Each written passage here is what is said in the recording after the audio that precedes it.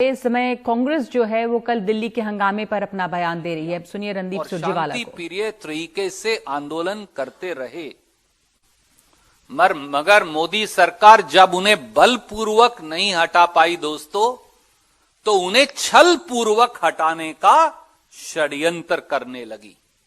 मैं फिर दोहराता हूं, मोदी सरकार जब देश के लाखों किसानों को बलपूर्वक नहीं हटा पाई, तो छल पूर्वक हटाने का षड्यंत्र करने लगी। पहले प्रताड़ित करो और परास्त करो की नीति। जब लाठियां डंडे बरस रहे थे, तो पहले प्रताड़ित करो और परास्त करो की नीति। फिर मीटिंग पर मीटिंग कर थका दो और भगा दो की नीति। फिर किसानों में फूट डालो और आंदोलन तोड़ो की नीति। और अब अंतिम छल है, अराजकता का आरोप लगा, बदनाम करो और बाहर करो की नीति। यह है मोदी सरकार का असली षड्यंत्रकारी चेहरा। मैं फिर दोहराता हूं, पहले प्रताड़ित करो और परास्त करो, फिर मीटिंग पर मीटिंग थका दो और भगा दो, फिर किसानों में फूट डालो और आंदोलन तोड़ो, और अब आखिरी छल है, हिंसा का आरोप लगा, बदनाम करो और बाहर करो की नीति। साथियों, मैं आपके समक्ष 6-7 बिंदु रखना चाहता हूं देश के समक्ष। सवाल यह है कि जो किसान 63 दिनों से शांतिपूर्ण आंदोलन कर रहे थे, अचानक से ऐसा क्या हुआ कि वो बिफर गए। दूसरा बिंदु, अगर सरकार 10 दौर की बातचीत करने का ड्रामा करे, किसानों की समस्याओं के समाधान की बजाय व्यवधान करे और किसान आंदोलन को बदनाम करने पर जोर रखे, तो सरकार की साजिश क्या साफ नहीं।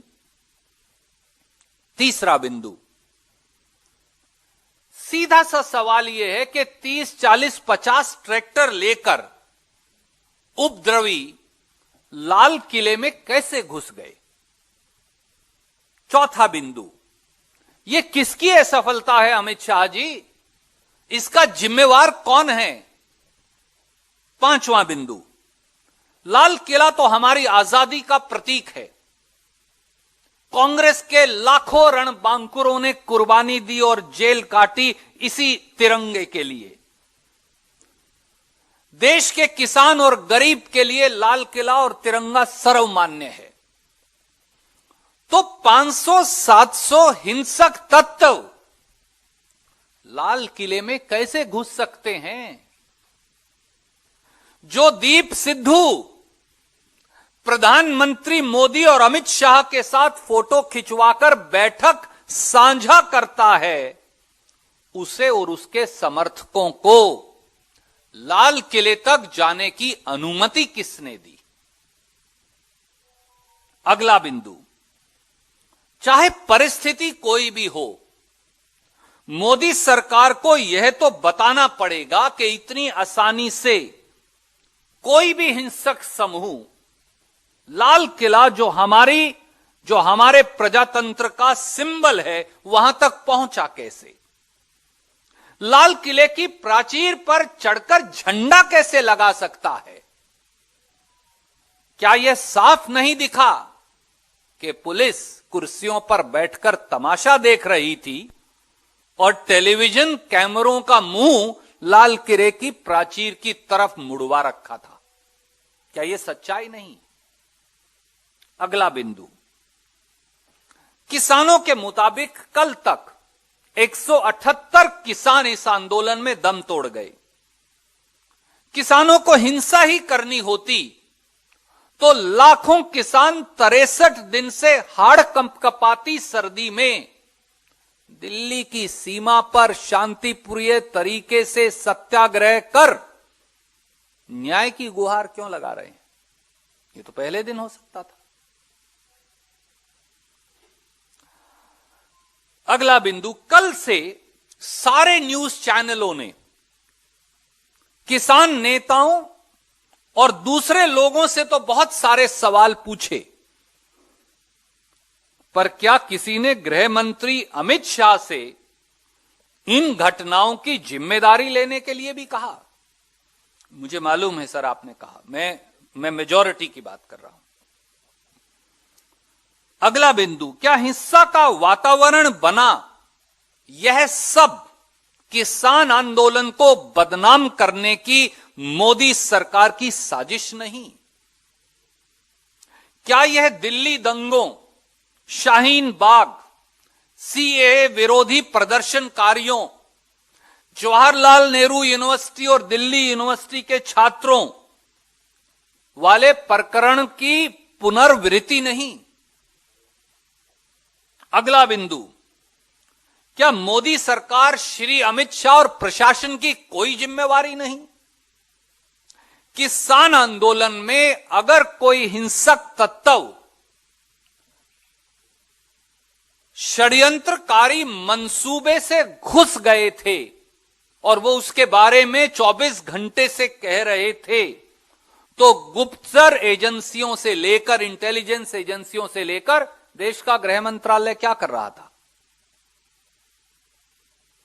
यह विफलता किसान नेताओं की है या दिल्ली की सल्तनत पर बैठे अमित शाह जी की है? क्या इसके लिए गृह मंत्री सीधे जिम्मेदार नहीं? और आखिरी बिंदु, दोस्तों, कल जो हुआ उससे किसको फायदा और किसको नुकसान हुआ, इसी में सारे जवाब छुपे। किसानों को मिल रहे देशव्यापी जन समर्थन का विरोध में बदलना कौन चाहता था और ऐसी कोशिश लगातार कौन कर रहा था? क्या मोदी सरकार और भाजपा नहीं ये कर रही थी? तो सरकार प्रायोजित भड़काऊ बयानों, वीडियो, संदेशों आदि से उत्तेजित होने की बजाय देश इन बिंदुओं का जवाब मोदी जी और अमित शाह जी से मांगता है। कल जो हुआ, मैं अब ये बहुत जिम्मेवारी से भारतीय राष्ट्रीय कांग्रेस की ओर से कह रहा हूं, कल जो हुआ वह पूरी तरह से योजनाबद्ध तरीके से किया गया काम है। पर यह योजना किसानों की नहीं, बल्कि आंदोलन को बदनाम करने की योजना और साजिश है, जिसे सीधे सीधे मोदी सरकार का समर्थन और संरक्षण प्राप्त है। सच्चाई यही है। देशवासियों, किसान और मजदूर और गरीब ने तो हिंसा चाहता और न ही तोड़फोड़। किसान मजदूर ने गतिरोध करना चाहता और न रास्ता रोकना चाहता। किसान मजदूर तो अन्नदाता भी है और देश के जवान का पिता और माता भी है। वो देश की खाद्य सुरक्षा भी चाहता है और सीमा की रक्षा भी चाहता है। इसलिए हमारी अपील है कि मोदी सरकार किसान आंदोलन को बदनाम करने की बजाय समाधान पर जोर दे। बगैर देरी के तीनों खेती विरोधी काले कानूनों को वापस ले, ताकि किसान मजदूर अपने खेत खलिहान में लौटकर देश के लिए सोना पैदा कर देश का पेट पाल सके।